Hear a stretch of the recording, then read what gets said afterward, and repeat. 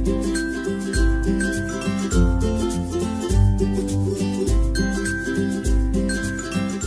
welcome to this month's edition of What Mattered in June.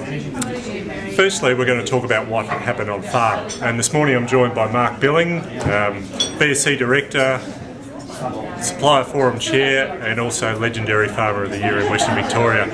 Welcome, Mark. Thanks for joining us.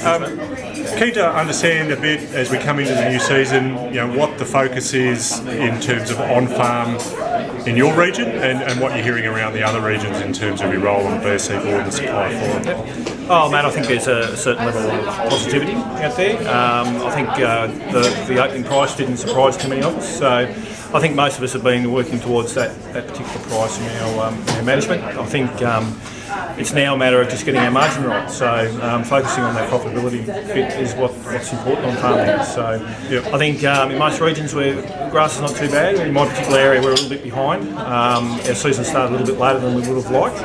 And I suppose the big thing that's on the horizon for us is what El Nino might be. Sure, and on El Nino, I mean, clearly we can't predict whether it does or doesn't materialise, but what are the sorts of things you're thinking about or actually are doing in terms of a risk mitigant around that? So look, we've actually gone back into the hay market, even though we don't need hay right now, but my concern is that the El Nino may affect more than just our area. So where we normally source hay might be in a similar situation, so we'll get the hay while we can. Put it in the shed, it will impact cash flow now, but longer term I think it's probably the right thing for us to do. Excellent. All right, well look, thanks very much for your time this morning and look forward to catching up next time. Thanks, Mark. Thank you, Matt. So now to what's happening in the market, and this morning on the back of our Fonterra Australia Industry Breakfast, I'm joined by John Droppert, who's Dairy Australia's industry analyst, known to many of you I'm sure. And welcome, John, thanks for joining us. Pleasure, Matt. Firstly, in the last week we've seen quite a bit of press around the scenario in Greece in terms of their potential default, the referendum and all the rest of it. Interested in your view on how that might or might not impact the dairy market globally?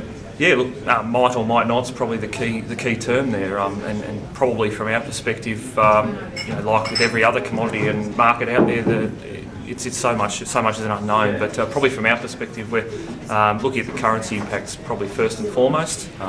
At the moment, we're seeing European sellers with a load of product to move and doing their best to get rid of it, and obviously anything that depresses the euro further or keeps it depreciated is going to be giving them a kick along.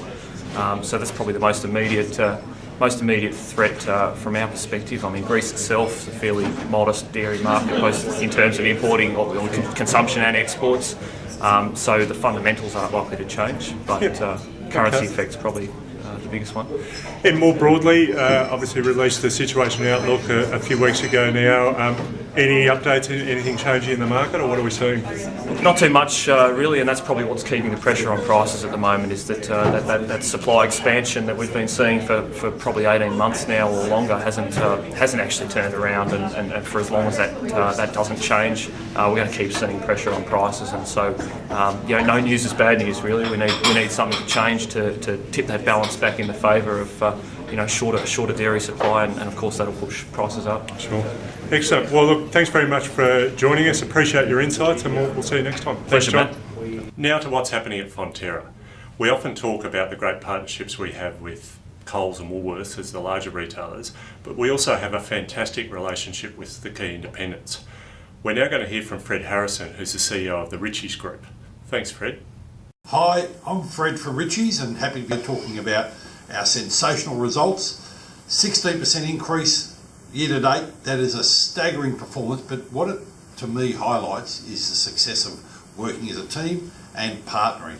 And Fonterra have been a terrific company to work with over the years, and we're really getting outstanding results at present, but it can only happen by putting in the hard work, the planning and the detail, and then above all, executing well in store. So great growth. Congratulations Ritchies, congratulations Fonterra. Onwards and upwards, let's get 20%.